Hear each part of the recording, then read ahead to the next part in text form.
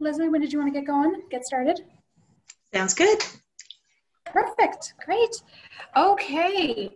Hello. Welcome, everybody. We really appreciate you participating in this webinar. My name is Lauren Barker. The name that's going to pop up is going to say Nina Kondo, but that's because I'm using our executive director's account. I'm Lauren Barker. I am a social worker and social change agent with Elmwood Community Resource Center. I manage the Women's Awakening program, which provides individual and group counseling to women that are struggling with trauma and domestic violence. And so I will be managing sort of the first half of the presentation, and the second half of the presentation will be managed by the lovely Leslie, who I will let introduce herself. Thank you so much, Lauren. I am Leslie Lindberg. I'm a project manager managing a transformation system change project with the Manitoba Association of Women's Shelters. So pleased to be with you all today. Great. So we're going to be going through this webinar and presentations. We do ask that if you do have any questions, that you please send the questions to the Q&A portion, which if you guys are using Zoom is on the bottom of the screen, and it's right next to there's the stop video participants and then the Q&A. So if you send your questions into there, then we can keep a hold of those questions and we will answer them at the end of the presentation. Perfect, so I'm going to just share my screen, which has our PowerPoint.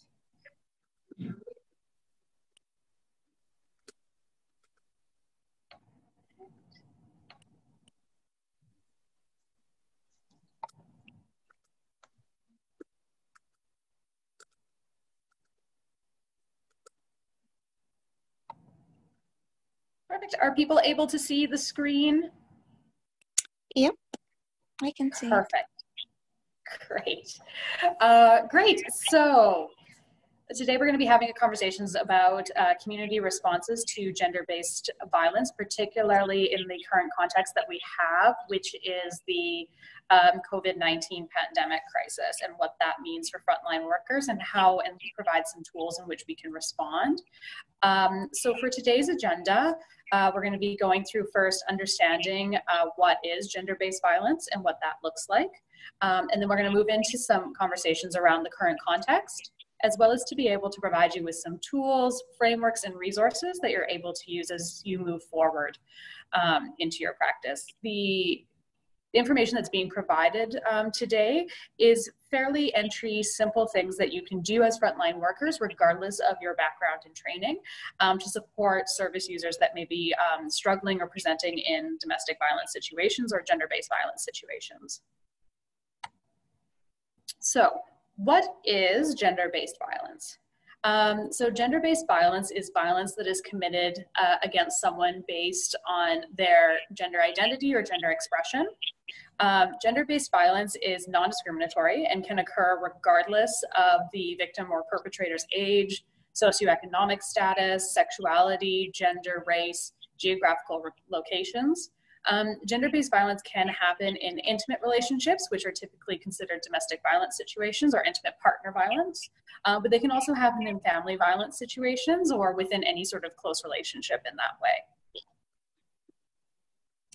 So with COVID-19, what we're seeing in our community is a huge jump in gender-based violence and domestic violence that's occurring.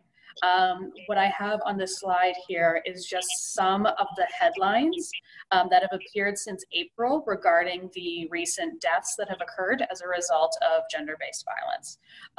We had enough headlines to fill 2 slides, but I only chose to share one of those slides with you just for timing purposes, but we do have enough, and that's to show that impact that's having on the community right now and what is going on, not just within the Winnipeg, Manitoba region, but across Canada. We're seeing these spikes.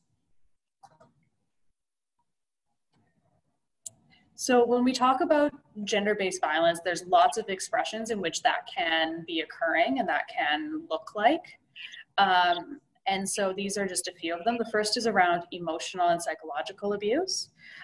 This can look like belittling, name calling, what we might refer to as verbal abuse, but it also includes things like gaslighting, which is creating that feeling that you're creating the feeling that your partner's going crazy. It's based off of an old movie called Gaslight, where the partner would go down and change the gaslight number. So in this case, his wife thought that she was going nuts.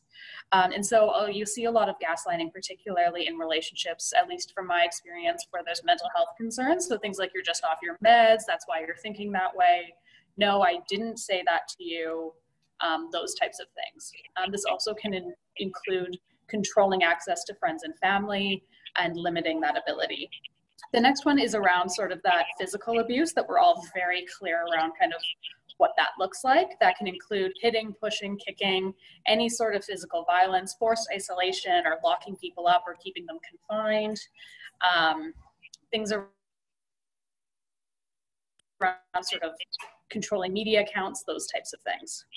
Another form of violence that we typically do tend on seeing is around sexual abuse and harassment. This includes any unwanted sexual act, which can be anything from rape itself to touching inappropriately, sexual comments, sexual harassment, those types of things. One thing I do like to highlight as a form of sexual abuse that we often don't think of is around withholding sexual contact in a relationship. Now, when I say that, what I mean is everybody has the right to say no if they do not want to participate in a sexual act, regardless of relationship status and regardless of gender. However, if someone is using that as a form of control, then that in itself can become a way of controlling and abusing that partner. So it's about the intentions behind the no, and the intention behind, I'm saying no because I want you to do something. And that in itself can become a form of abuse. We'll often see lots of intimidations and threats as part of this, from threatening family members or threatening to report people to authorities. Hiding identification or immigration documents can be a big one that we can see. Intentional misuse or misrepresentation or gossip. And another common one that we'll see a lot of times is financial abuse, which tends to be preventing people from perhaps gaining employment or withholding access to family money, or utilizing and controlling people to gain money in some way, are all forms of very common forms of abuse. There are others, and especially in this digital age, we're seeing a lot more of digital abuse and things that can occur online. So this can include stuff like stalking online, making comments through Facebook or other mediums, and following people's accounts as a way of gaining control and power. The big part around this to be aware of when we're talking about abuse is that abuse is always about power and control. And not necessarily about the relationship itself. It's about the perpetrator attempting to gain power and control over another person. So whatever that act looks like to do that can be considered abuse. Typically what happens when we see one type of abuse, we will see multiple types of abuse. So as a frontline service worker, being aware that a lot of these different types of abuse can go hand in hand. So if someone is being financially abused, it's important not to rule out the idea that they could also be experiencing physical abuse or sexual abuse or those types of things. Typically it goes together. So some Canadians are at a higher risk of experiencing gender-based violence. The first one is around women. And I want to be very clear that yes, men do experience gender-based violence, and that there is a real lack of resources available for men that do experience that. However, based on statistics, it does statistically impact women more. And so just to be very aware that that is a fact, that exists out there. In addition, those of the Indigenous community also present with higher rates of gender-based violence, particularly Indigenous women. Those that experience disabilities or persons of disabilities also experience higher rates of gender-based violence. And a lot of that is based around the fact that they're more vulnerable and more easy to control because of their mobility issues or because of their limitations. As well as individuals of immigrant and newcomer communities, they also experience higher rates of gender-based violence. And I want to be very clear that that is not around a cultural thing, that is because of patriarchy that exists, as well as there's special layers and challenges for the immigrant and newcomer community when it comes to reaching out for support, such as, you know, feeling limited with lack of social supports, lack of people to reach out to, language barriers, those types of things. Children also are at high risk of experiencing gender-based violence, again, because they are vulnerable and they rely on adults for their protection, and so therefore they do experience higher rates. And then as well as members of the LGBTQ community. And that poses a very challenging positions for people within the LGBTQ community to reach out for support. A lot of times, and I'm sure Lily will speak more around some of this stuff, but some members of the LGBTQ community may struggle when it comes to reaching out to shelters. Lots of shelters were geared towards looking at men not coming in as opposed to if the partner's another female. Those types of things can pose some challenges, or people don't want to come out and say that they're being abused because they don't want to come out as being of the LGBTQ community. So the risk is even more heightened now considering the pandemic that we're experiencing. We're experiencing higher rates as a result of financial uncertainty and precarious job status, as well as the impacts of physical and social distancing. It's harder to reach out to our social supports. Our families are not keeping an eye on us closely, those types of things. As well as the excess stress and worry and fear puts extra strain on these relationships. I want to be clear that the pandemic is not an excuse for violence. But it does create an environment in which the violence and unhealthy relationships seems to come up to the surface and seems to come out to the surface. So it's not to say that if the pandemic was happening, these sort of situations wouldn't have happened. It's just this has created sort of the perfect storm to allow those types of behaviors to come out. Are we all doing okay so far? Thank you.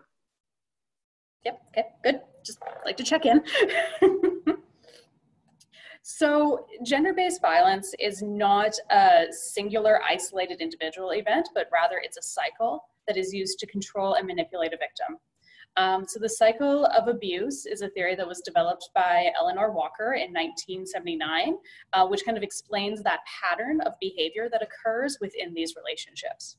The cycle of abuse is made up of 3 distinct phases, typically, which include tension building, the incident or the explosion, and then the reconciliation period or the honeymoon period. So when we talk about the cycle of violence, what that looks like is the tension building phase is typically the start where you start to feel that there might be some tensions between a couple or between those within a relationship. This will include feelings like victims have described feeling like they're walking on eggshells, or that they notice that their partner is suddenly becoming upset over relatively minor incidences. Typically what will happen is this will be instances around where some verbal abuse may start coming out, or some intimidations or threats start coming out. But really that feeling that you kind of feel it in the air, that there's that tension that's happening. The tension building phase can last anywhere from a couple hours to weeks to months before that final explosion happens.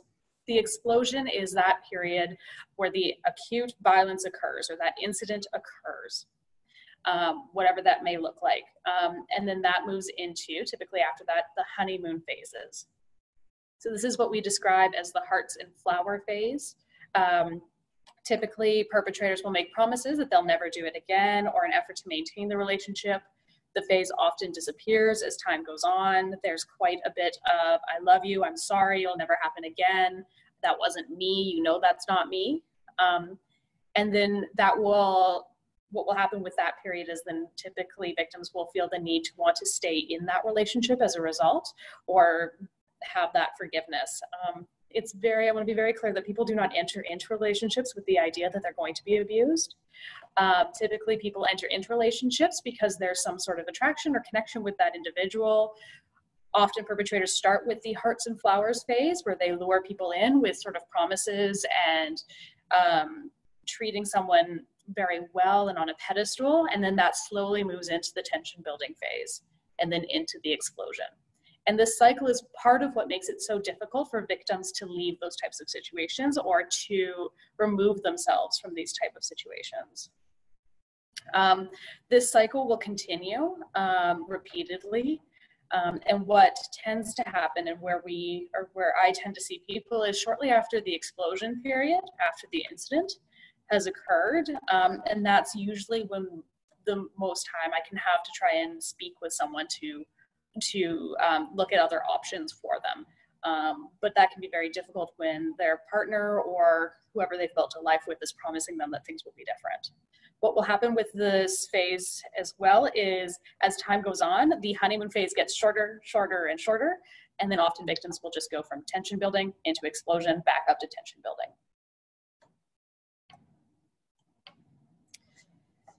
So a common question that comes up is, why don't individuals just leave these types of relationships? And that's something that a lot of us have thought, I'm sure, at some point, and we all think, well, why don't they just leave? For victims, just leaving is very complex, and at times it's unsafe and can be fatal.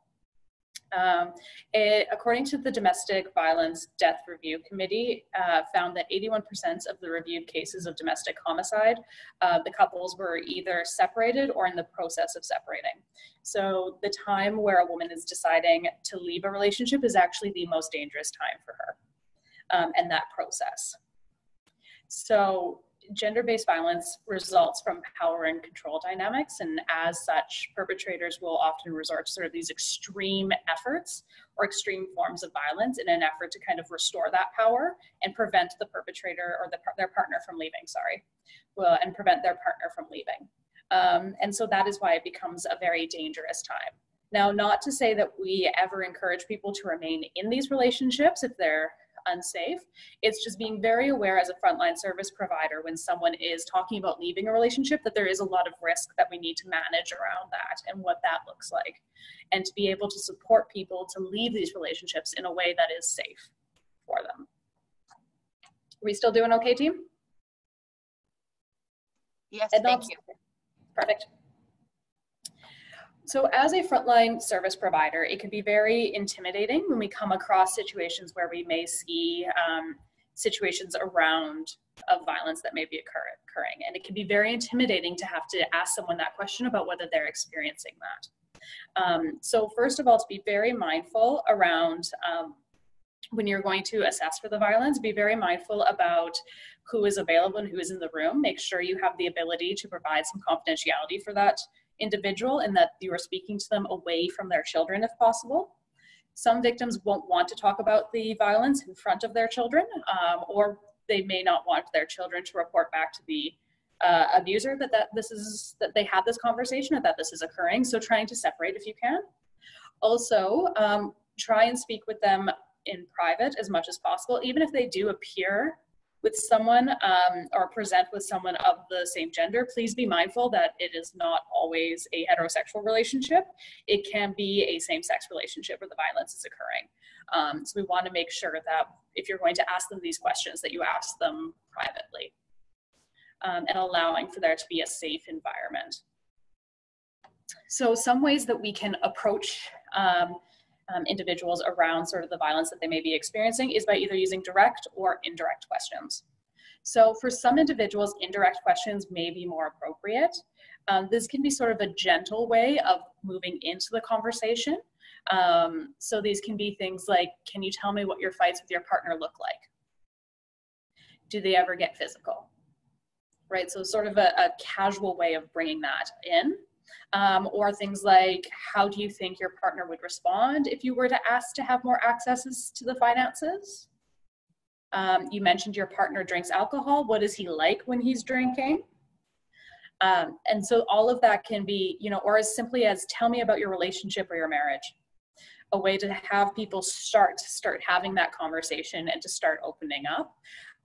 We found, at least in our experience with our organization, that a lot of the individuals that access our services that are immigrants and newcomers struggle with being able to flat out say, yes, I'm being abused. And so typically, and if we ask directly, they will withdraw or pull away. And it's not just immigrants and newcomers that we see this with, but with lots of different clients because of that shame that victims carry and a belief that it's their fault. And they don't want to admit that this is what is happening for them. And so sometimes using these indirect questions and kind of building that relationship first before directly asking can really help and increase and allow for someone to feel more comfortable to share. When you do hit that point where you feel you need to ask those direct questions, or you have a client that you feel you're in a position where a direct question is more appropriate, direct questions are particularly helpful when you're trying to identify very specific and factual or detailed information from someone. So these can be things like, do you ever feel afraid of your partner? Do you feel unsafe to go home tonight? Has your partner ever physically harmed the children? Has your partner ever threatened to kill you? Does your partner own or have access to firearms? Those are all direct questions that you can use when someone discloses, or if you're trying to get someone to share with you their experience of violence. One, questions to avoid, and I always include this in every presentation I do. I really encourage frontline service users there are certain questions to avoid, and the big one is the why questions. So when I say why question, is try not to start your question with why. It comes across as accusatory and like that the service user has to justify their position and can really back people up into a corner where they might feel threatened. I can guarantee you that any why question you have, you can turn instead into a what question. So instead of why are you still in this relationship is what's keeping you in this relationship. All right, do people see sort of the difference there in how that can be approached? Absolutely, that's way gentler. Yeah, and so it comes across a lot easier. And again,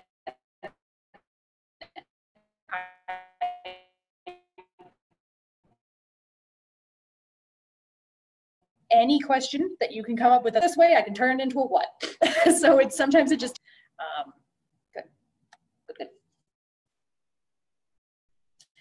So when we are assessing risk, and if you're youth programs, whatever it may be, and someone has disclosed to you, yes, I am experiencing violence in my home. There are some risk factors that we need to consider to determine whether that individual is going to be safe or not. Of course, individuals are never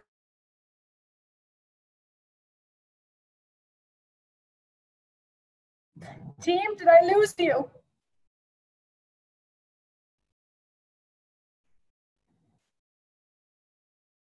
Can people still hear me? Yep, I can hear you now. Sorry. My computer had a moment. It's the first time it's ever done that, and it picks now.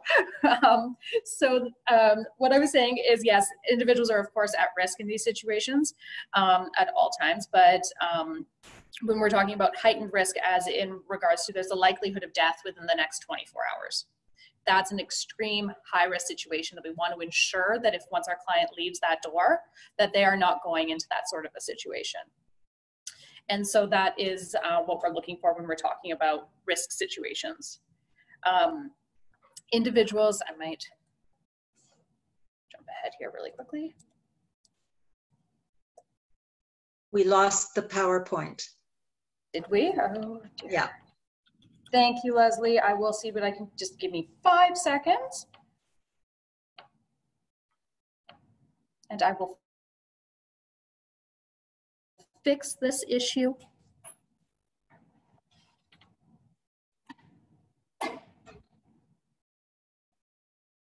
Back? It's back. Perfect. God love technology. It knows when I've got something going. I'm just going to skip ahead here. Our initial gut reaction when someone does say, yes, I'm experiencing violence, our gut reaction is to get them out of there. How can we make it safe? Pull you out. And sometimes that's not always our ability or the best response. As I mentioned previously, the greatest time for danger and death is when someone is trying to leave. So we need to be very careful about calling authorities and doing that. Our role as frontline service providers is not to convince someone that they need to leave a relationship. Relationship violence is a combination of a number of different tactics that are used to maintain power and control. And as a service provider, our role is supporting the service user to take back their power. And that first step is to allow that service user to make their own decision, including if and when they want to leave that relationship. We can ask, and that's fine to ask, and you should ask a service user, do you want to stay in this relationship? Is this something that you want to continue to do? However, be very mindful. If they answer yes, and there are no children at risk, then it is not our role to convince them to do otherwise. We can let them know about the risks there are with staying in that relationship, but our job is to develop a safety plan and to work collaboratively with them to minimize their harm until they get to a place where perhaps they are ready to leave, especially with two adult relationships or two adult people. And when it comes to things like contacting authorities, our role is to contact authorities if there is imminent danger, meaning that they are likely to be killed in the next 24 hours. Again, this is off the basis that there are no children involved and there are no children that are witnessing the violence. If there are children involved and are witnessing the violence, in which case then you may move steps towards contacting Child and Family Services, but work collaboratively with that individual. A lot of people will not come forward out of the fear that they will lose their children. So being aware that that is a factor in a lot of people's minds around not coming forward. And so reassuring them around how we can work to keep families together, but still be safe. And that's our goal. If you do feel, or if the service user states that they do believe that there's a risk that they're going to die in the next 24 hours, most likely you're going to want to contact emergency services and then move them to a safe housing, such as a shelter, and work with them around that, as well as then calling Child Protective Services. So in order to determine if that risk is there and there's that fear, then a number of factors we need to look at. And here is listed just some of those factors to consider that would increase the individual's risk of death. So has the perpetrator ever tried to choke the victim? And a big part around choking the victim and why that is so scary is because it can actually people can actually die after the fact, so they can choke and within a certain period of time, there's a risk of death. Regardless of whether someone wants to leave a relationship, stay in a relationship, feels that they're at that type of risk. If an individual has experienced choking, I always encourage them to go to a hospital and get medically checked out, just to make sure that that part is still okay. The next would be if the perpetrator has ever threatened to kill the victim. It's important to take all of those sorts of threats seriously, and then that would heighten the risk. Things like obsession, jealous behavior, or stalking can also raise an individual's risk, as well as perpetrator has ever harmed or threatened to harm kids, children, pets, family. What we're seeing a lot of times as well is that individuals will stay in relationships, particularly either to protect their children, other family members, or their pets. Pets are at a huge risk where we've seen that happen. The Winnipeg Humane Shelter does have a pet safe program for victims of domestic violence where they will take the pet. And I asked them what kind of pet, and they said anything with 4 legs they'll take, or a snake or reptile or whatever they've got. And we'll take that animal and place it in into a foster care situation, a temporary foster care situation, as that individual leaves the relationships and becomes safe, if that individual is not able to take that pet with them to wherever they're going. And then they just ask that they do regular check-ins around how they're doing and where they're at until they can get safe. So we can protect someone's animals, and that pet should not be the reason that somebody is staying. There's also an increased risk if the perpetrator has access to any firearms or any weapons, which is fairly self-explanatory. The greater access to that kind of things, greater risk.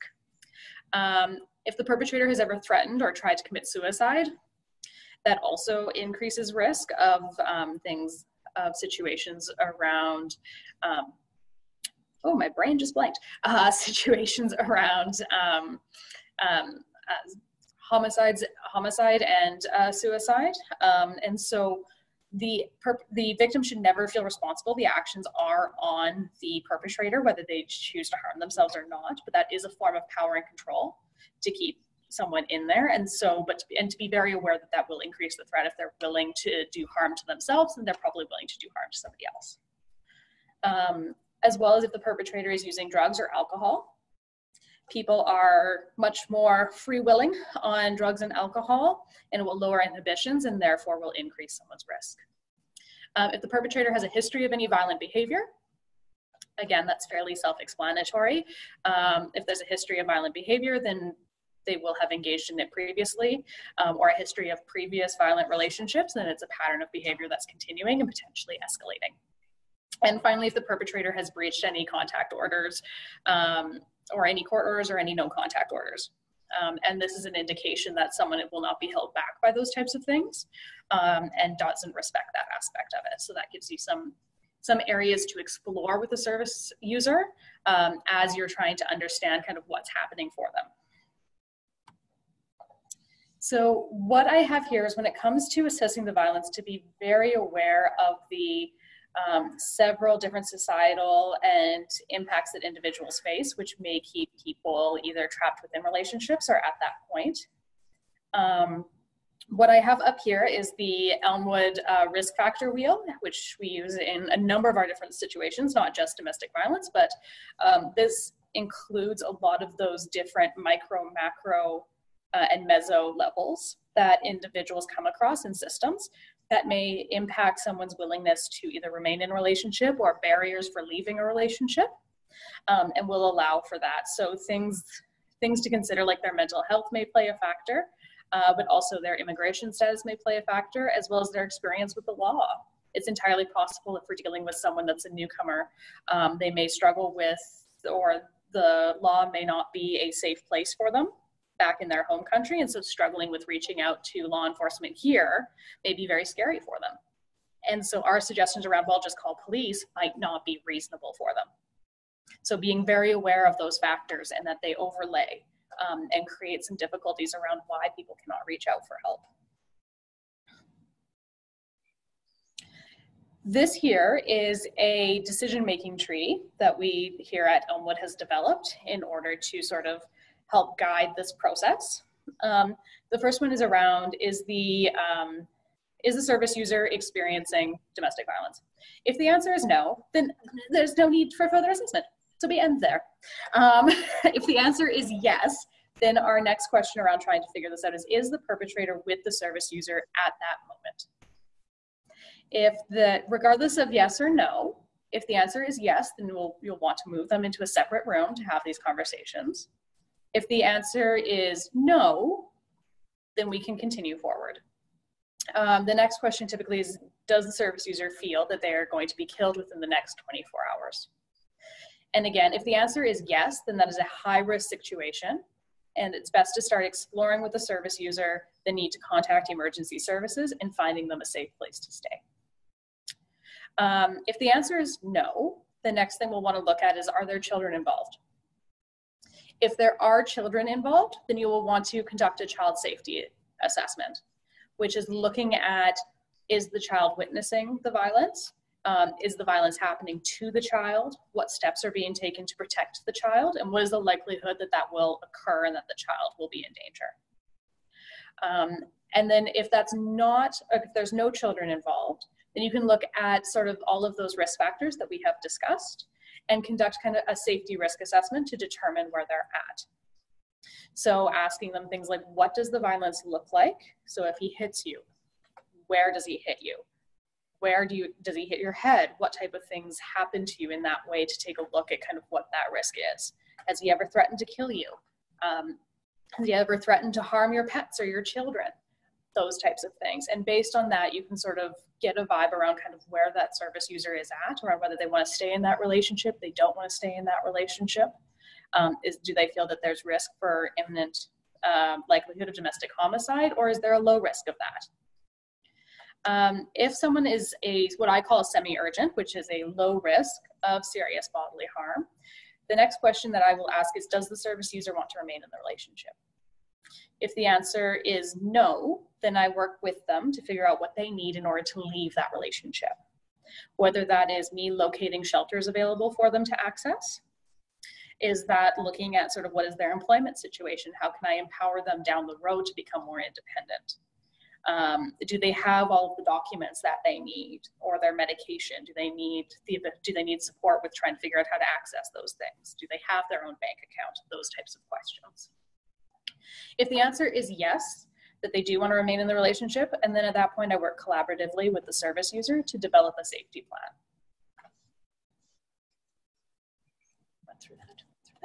So a safety plan is a personalized and practical plan which can provide the service user the ability to take care of themselves. Safety planning with a victim of domestic violence will vary depending on individual circumstances, their priorities, and their options. There is no one-size-fits-all safety plan. It needs to be adapted based upon each individual and their situation. There are various elements of a safety plan that can be developed, and you can develop a safety plan regardless of if someone wants to stay in an abusive relationship or if they want to leave. And it's important to develop a safety plan either way. So a safety plan while living with an abusive partner can include various aspects, but it can include ways of how do you keep themselves safe, and how can they protect their children or others that are involved. When it comes to a safety plan while living with an abusive partner, I always suggest, regardless of whether you want to leave or stay, to have a to-go bag ready. So in the to-go bag can include things like copies of birth certificates, immigration documents, those types of important documentation. I always recommend for service users to create copies of those materials. Don't take the originals, because that will indicate to the abuser that something's off if they notice that stuff is missing. So take copies. Medications, so get some medications refilled that you need and hide them in there. Toys for kids, clothing, anything that you might need just in case stuff hits the fan and you gotta get out, even if it's just for a night, so that you can grab quick and go. And to hide that to-go bag wherever feels safe for you. So whether that would be in your craft room, in the garage, at a friend's house or a neighbor's house that you can quickly grab and go. So to always have that just in case, and it's again, just in case, even if you want to stay in the relationship, to have that there in case maybe you need to get away for a weekend, or a fight gets really bad and you've got to get out. Also looking at where can you go if a fight does get bad. Are you able to find a room you can hide in, or better yet, can you go to a friend or a neighbor's house to stay safe and to get out of that sort of a situation?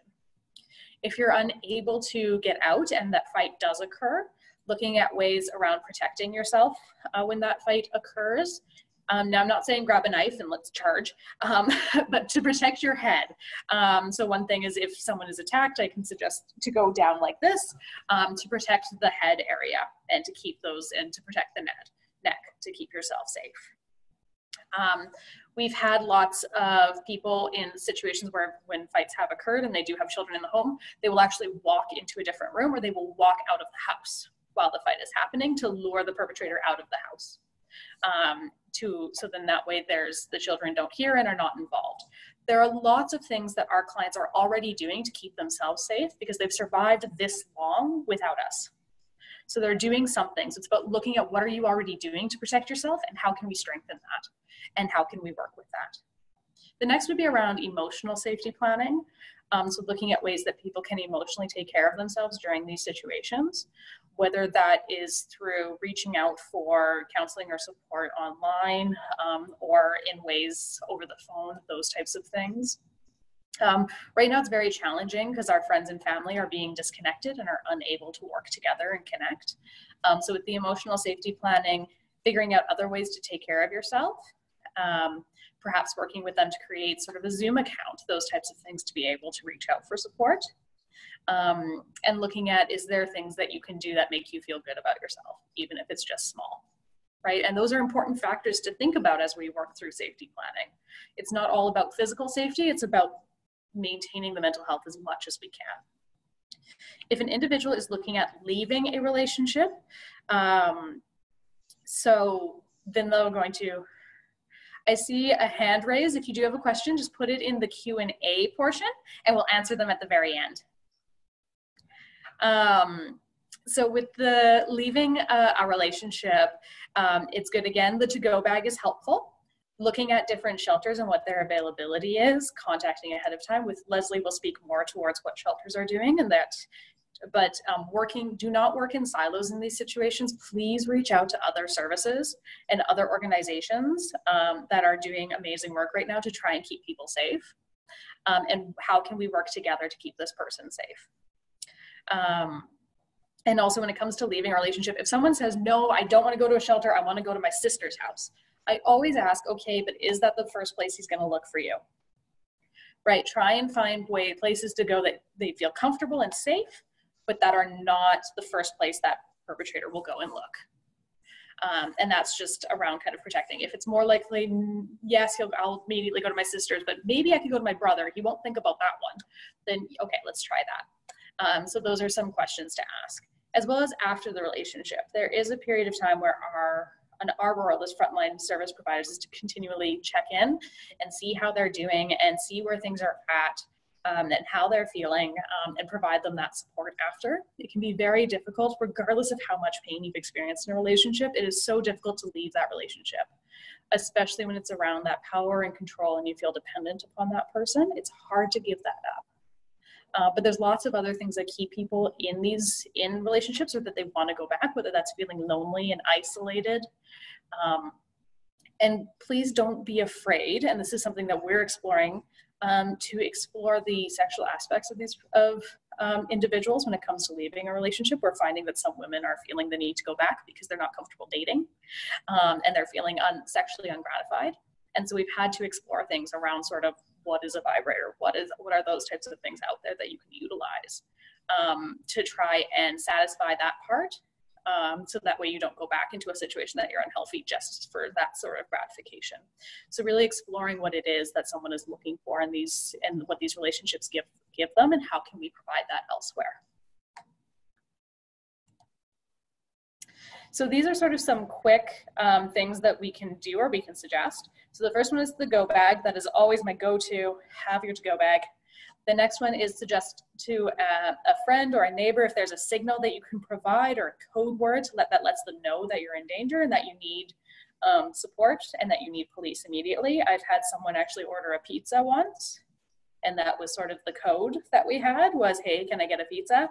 And so things like, no, I don't want pepperoni would be, no, he's not in the room, or yes, I want pepperoni, yes, he's in the room. Can I get your address? Those types of things. And so then it's not as clear what's happening. So that is one way of providing that. And then our role can also be to empower the client. So empowering them to gain some level of independence, whether that's through finding appropriate education, employment, language, and getting them connected with language classes, those types of things, just to help give that victim a little bit of independence that is outside of that relationship, can really be helpful. We found for us, we provide a women's group where the women can get together, and a lot of times there's some discussion about some serious topics, but sometimes we just do crafts. And just having that support outside is really helpful. And what we've seen is they can hear it from me that that relationship isn't healthy, but then what we've seen happen is they hear it from the other women. You deserve better. You need to get out. You're my friend. Get out. And that's a connection they didn't have before.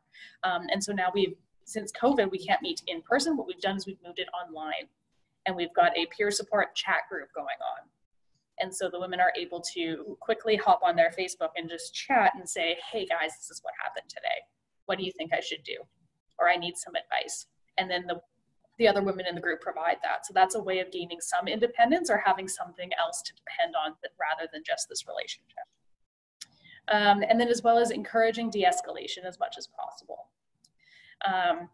So if fights do occur, seeing if they come up with very specific reasons to leave the house as need be. Walking away, can you move to a different room? Is there some fights that can be avoided?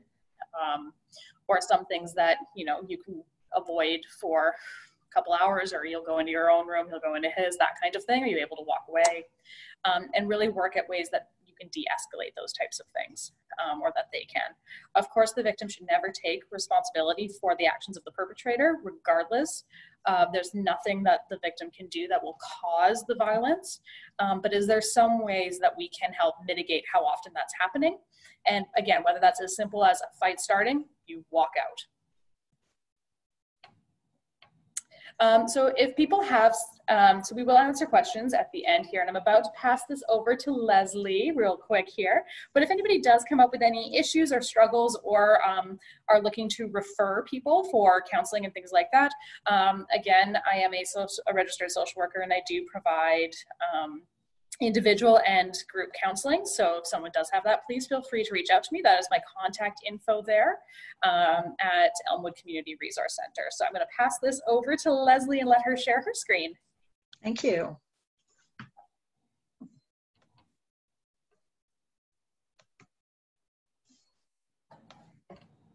Okay, thanks so much. Where there's a bit of redundant information, I'm just going to hop over that because you've covered off so much already. But I do want to talk about things kind of from more from a shelter perspective, and a little bit from the association perspective as well. So the Manitoba Association of Women's Shelters is involved in a 4-year system transformation project. And we were moving along quite fine before COVID started, looking at under 5 pillars, how do we bring people together across the sector better and differently? How do we share resources across the sector better and differently? How can we learn from each other? What are the kinds of things we need to do to really transform the DV, GBV sector?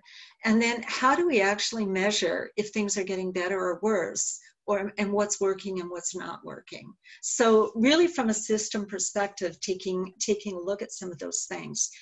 And so what we've found with the pandemic is that it caused us to pivot really quickly, and to say, how do we continue to do this work?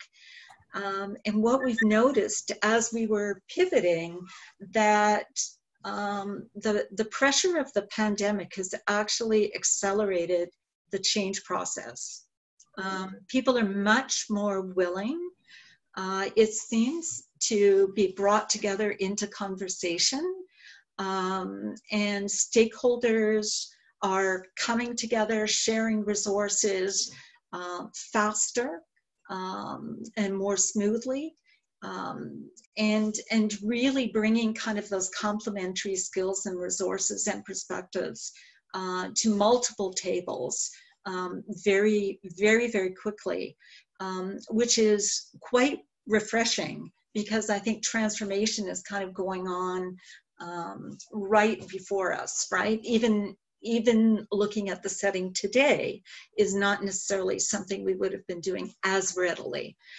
But it's also highlighted inequities and misconceptions is one of the things we've noticed, like who has access to services and who doesn't. And those inequities are certainly kind of hitting us in the face as well. Misconceptions we're dealing with and have been dealing with for the past 2 months, just even around shelter services and what kind of services are actually there in the domestic violence, gender-based violence sector, and how are they functioning during the COVID pandemic. And that's been a really big one to overcome, because there's a lot of misinformation still floating around out there. And so we've been working quite hard to correct it.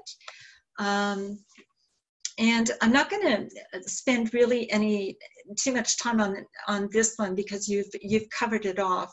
But we all know that the prolonged contact of sheltering in place within less than ideal, where domestic violence or gender-based violence is going on, is a scenario for escalation and disaster potentially. And so we know that we need to make sure that the options to access services are really out there in the public's mind. One of the first things that shelters did was we came together under MAWS to actually create a pandemic plan or an emergency response plan. And the first step in doing that was to say, what must we not drop the ball on? What must we absolutely keep functional? And the 24-hour helpline or crisis line was certainly a part of it, right? That was one piece. And the fact that there needed to be some 24/7 shelter service was the other piece of it. And that is by no means the only thing that shelters do. And that's one of the misconceptions, that you would only seek support from one of the shelter services across the province if you wanted to actually access residential services. And that's simply not true. It's never been true. Shelters offer a whole range of community-based services as well across the province. But we know during COVID that the essential services are ensuring that 24/7 there is a helpline or a crisis line, and there are shelter services that are available to everyone. The secondary services are the non-residential counseling, and it was surprising that not everybody realizes that all shelters provide non-residential counseling. So just like Elmwood Resource Center, Community Resource Center, you don't have to come to the shelter to actually receive support services. And now, whether it's virtual or in days gone by, face-to-face counseling, shelters have actually always offered those kinds of things. Oh my goodness, my screen's stuck. There we are. So one of the things that we really wanted to make sure was out there, and this is really, I think, important for service providers across the province to know, that when the world is complicated and you don't know all the phone numbers and all the resources that are available in each community across the province, because there can be, a whole number of them, and how do you sort them out and know which one is the best?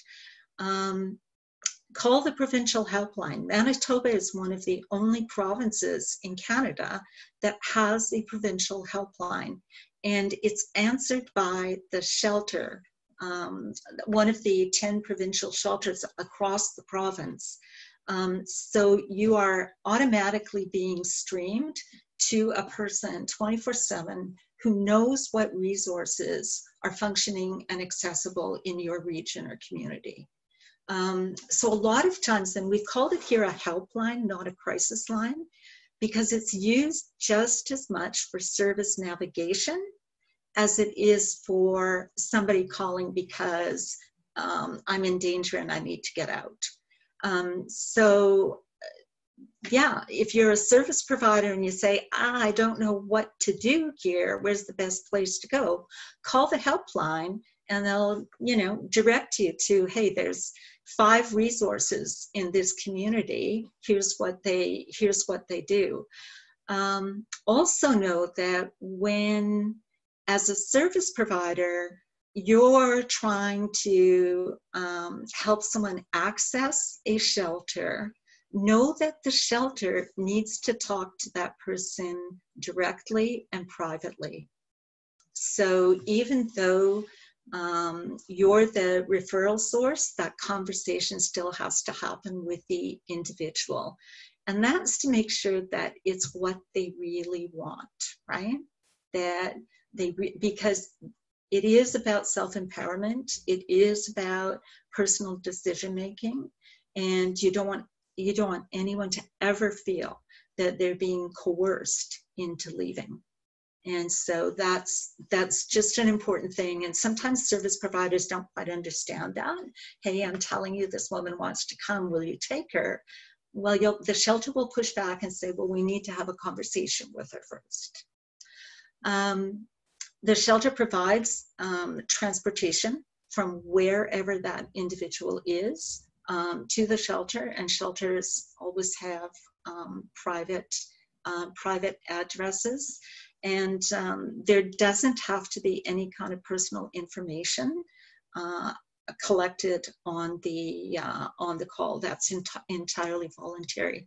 During the crisis, during the pandemic, 2 text lines, provincial text lines, have also been added. Just because not everybody, if you are now isolating with your abuser, you may not be able to make a verbal phone call, and texting may be the only option you have. So 2 text lines have been offered, but again, they will support you anywhere in the province. So there's lots of myths about the helpline, and one of them is that, you know, you only call there if you're in immediate danger. And really, no. It's if you need information or support of any kind, an individual just wants to talk, that's fine. That's a support that's there. And so if you need to talk at 3 o'clock in the morning, there's someone there to answer your phone, to answer the phone and to support you. And again, and you covered this, you spoke to this, you have to be prepared to leave the relationship in order to get support? Absolutely not ever. It's always about the person being able to determine their own best pathway and make their own decisions about what they want to do. On the helpline, somebody may help you to kind of help you weigh your risks at the moment, right? And another big one is that you would only call the helpline if you're a woman. Absolutely not true, and that one's actually never been true. The helpline is open to all genders, and in fact, the men's abuse line is actually forwarded to a shelter after hours, and always has been. So that's always been answered by Willow Place, and the helpline is open to all people. If you're trans, non-binary, that's the help is there for everyone. It's not gender related. And again, another big one, it's only for intimate partner violence. And we're using the term right now, domestic abuse, but oh my goodness, you can talk about gender-based violence, you can talk about violence against women, you can talk about, we chose the domestic abuse just because the WHO kind of uses that language, the World Health Organization uses that language, and it's really abuse that happens to anybody who you may be in close contact with, right? You know the person. But what you'll find is that shelters, and this is true across the province, even outside of the domestic abuse kind of category, if you're looking at, you've been raped by a stranger and it's not safe for you to go home, shelters have always accommodated that situation. So essentially, if you are at risk of violence or harm, then you should be calling a shelter as one of the potential resources. And when you call the helpline, again, you're not always going to be referred to a shelter, right? Community-based services are an option for many people. So there's only a small fraction of people that actually end up coming to a shelter that are experiencing abuse. And do only people experiencing severe physical abuse need come to a shelter? Absolutely not. It can be any form of abuse, but you as the individual are saying, I need to and I want to get out. That's all you need to, that's all that needs to be there. Now, shelters all do a risk assessment, and so there's a bit of a risk assessment, obviously, that's done on the helpline, which is your way into a shelter. But there's a more extensive risk assessment that's done once you are set up with either residential services, you're coming into a shelter, or looking at some community-based option. These shelters all use and are learning to better use, right? So we're looking at standardizing this across all shelters. A tool, a domestic violence assessment tool that encompasses all of the questions that you shared with us, but it's actually a formalized tool and a little more extensive, and we've borrowed it with permission from New South Wales, and it's called a domestic violence assessment tool. So that there's actually a process that that one goes through. It's not something that's used to exclude you from shelter services. It's something that's used to help the counseling process, right? To just help kind of help the person navigate their own risks, right? And assess them. So yeah, in shelters today, and this has always been there, that there's 24/7 trained staff in place, that security is absolutely there. So sending someone to a hotel or to a friend's place sometimes is not the best option in a high-risk situation.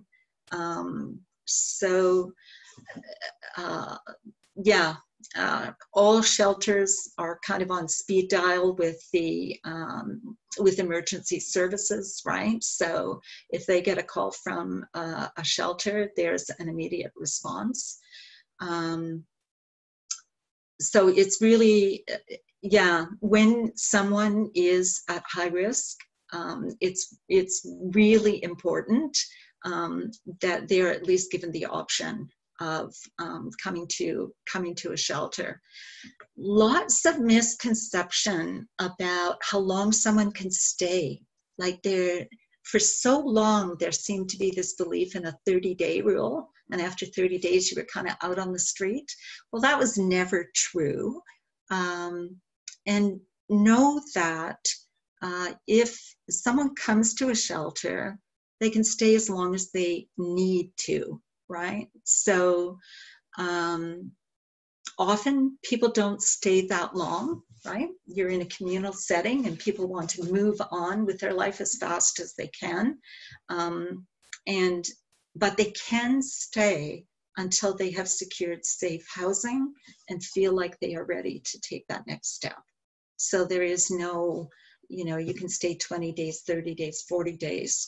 It's really an individual thing. And when somebody has put in place the structures they need to be able to take a step, and sometimes the person will actually return to the relationship. And that's a choice as well.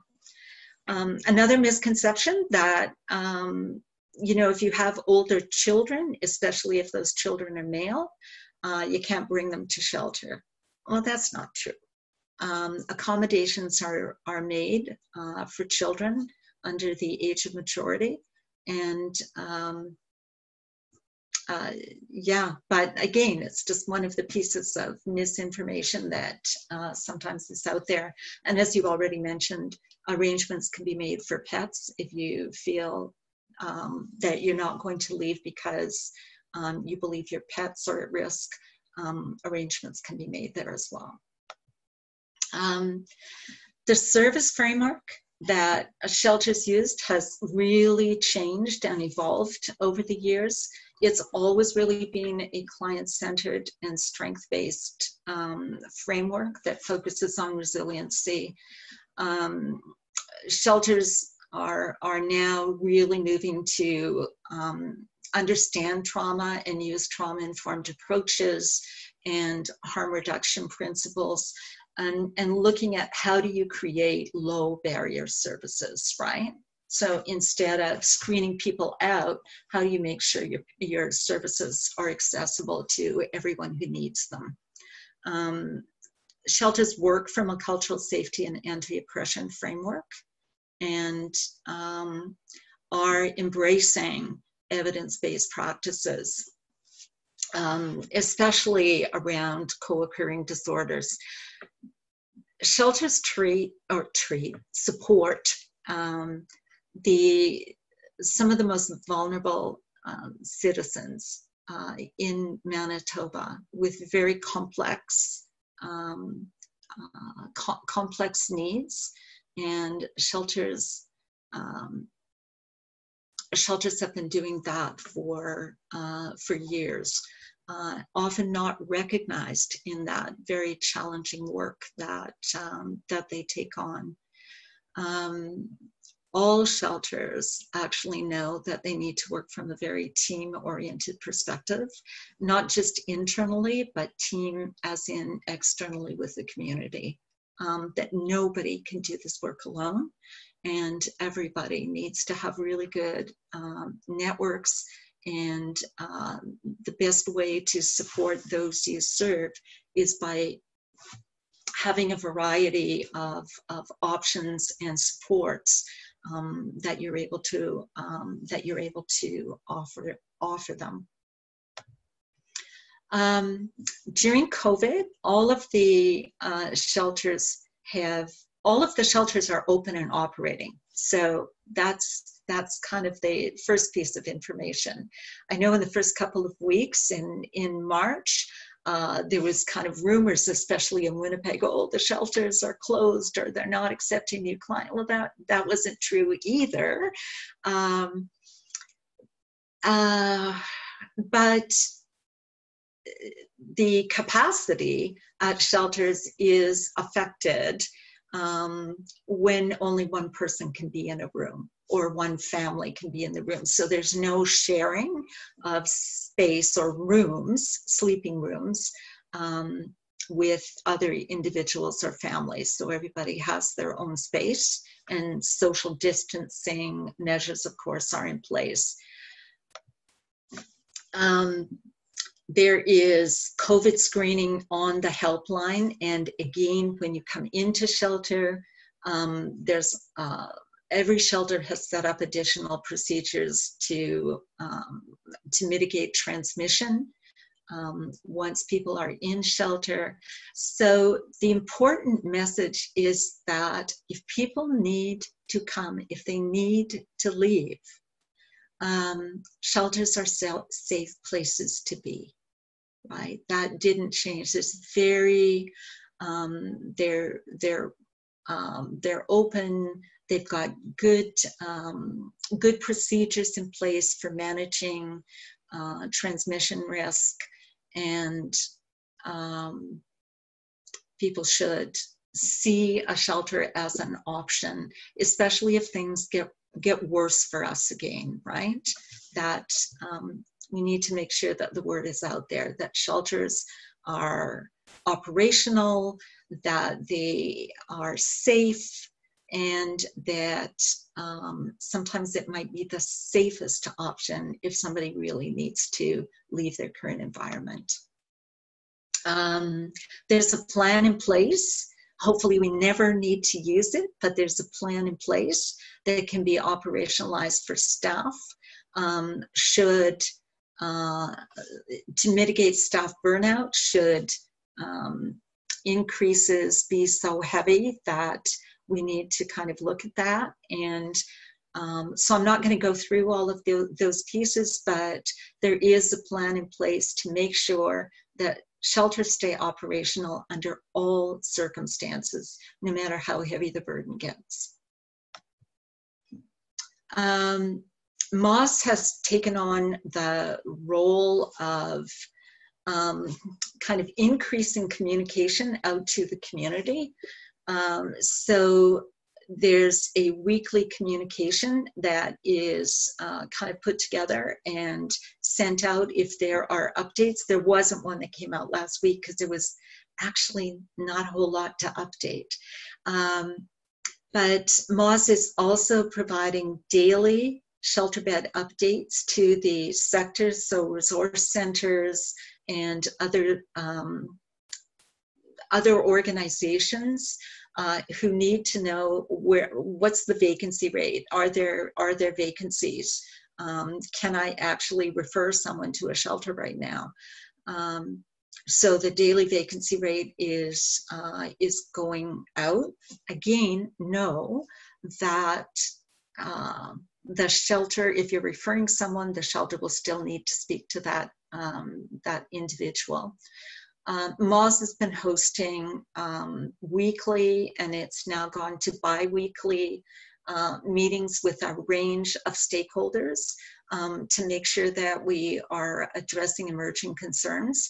And they include the 5 First Nations shelters, Circling Buffalo, End Homelessness Winnipeg, the community entity out of Brandon for Reaching Home, and several other key stakeholders to make sure that we are sharing kind of information and plans. We're also participating in the First Nations Domestic Violence Task Force for emergency planning. And we are very honored to be sitting at that table and being asked to participate in that, and participating in what is called the Community Wellness Committee on the overall First Nations pandemic response as well. We've provided some press releases and media interviews, especially at the beginning, to let people know what was, how shelters were operating. We've obviously partnered with Elmwood today, but a couple of things that I want to end with, and one is to follow up on today's information. Willow Place, in partnership with MOS, will be launching an online training for service providers who don't work in the sector to better understand the basics of domestic violence, so much as we've talked about today, except it's an online individual training. And provide some information on referral processes as well.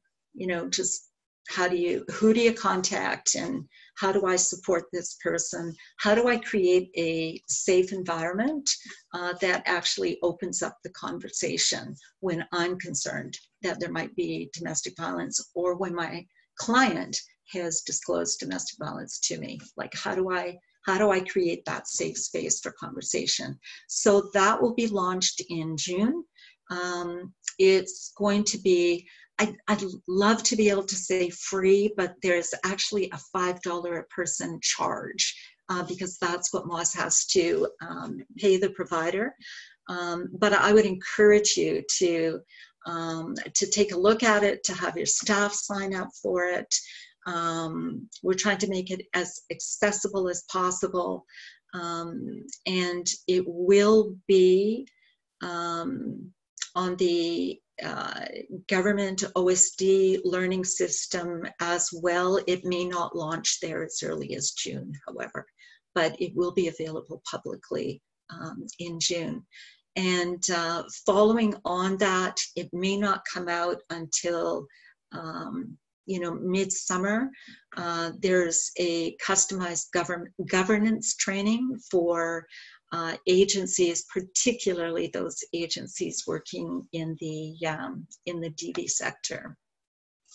So I just want to end with something that I think, I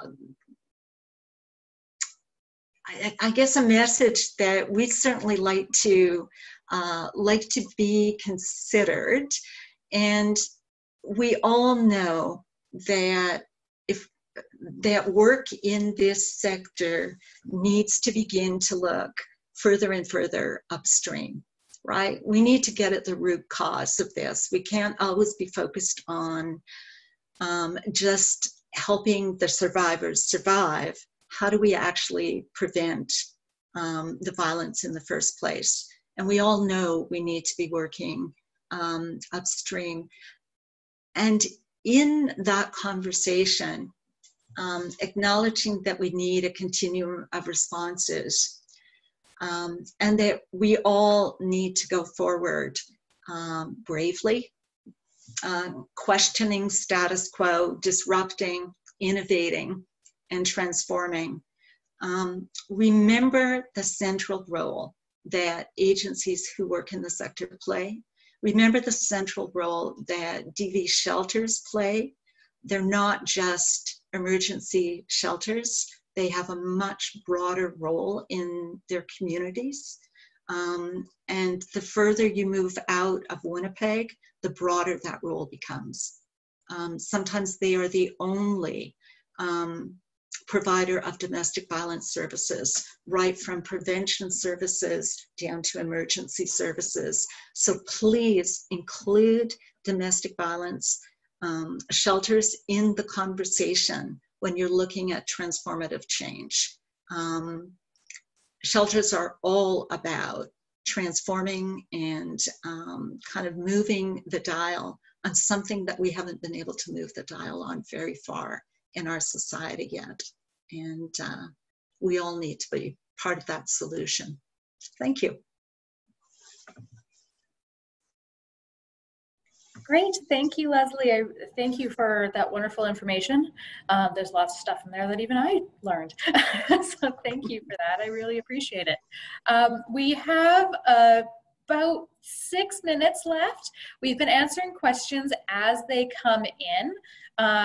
But Leslie, before you stop sharing your screen, I'm wondering if you could show the slide with the chat number. That was a question that popped up. I think it was close to the beginning, wasn't it? Yeah, the help, that one. Number 6, it looks like. There we are. Perfect. So those are those numbers there for phone, text, to be able to access that. I also have, we're working on, I can't totally 100% because it's Facebook, guarantee confidentiality, and we're very clear with clients at the start, but I do have a Facebook work account that clients can instant message me on as well, if that's easier for people to get a hold of us. So there are lots of different ways that people can get a hold of us and get a hold of support.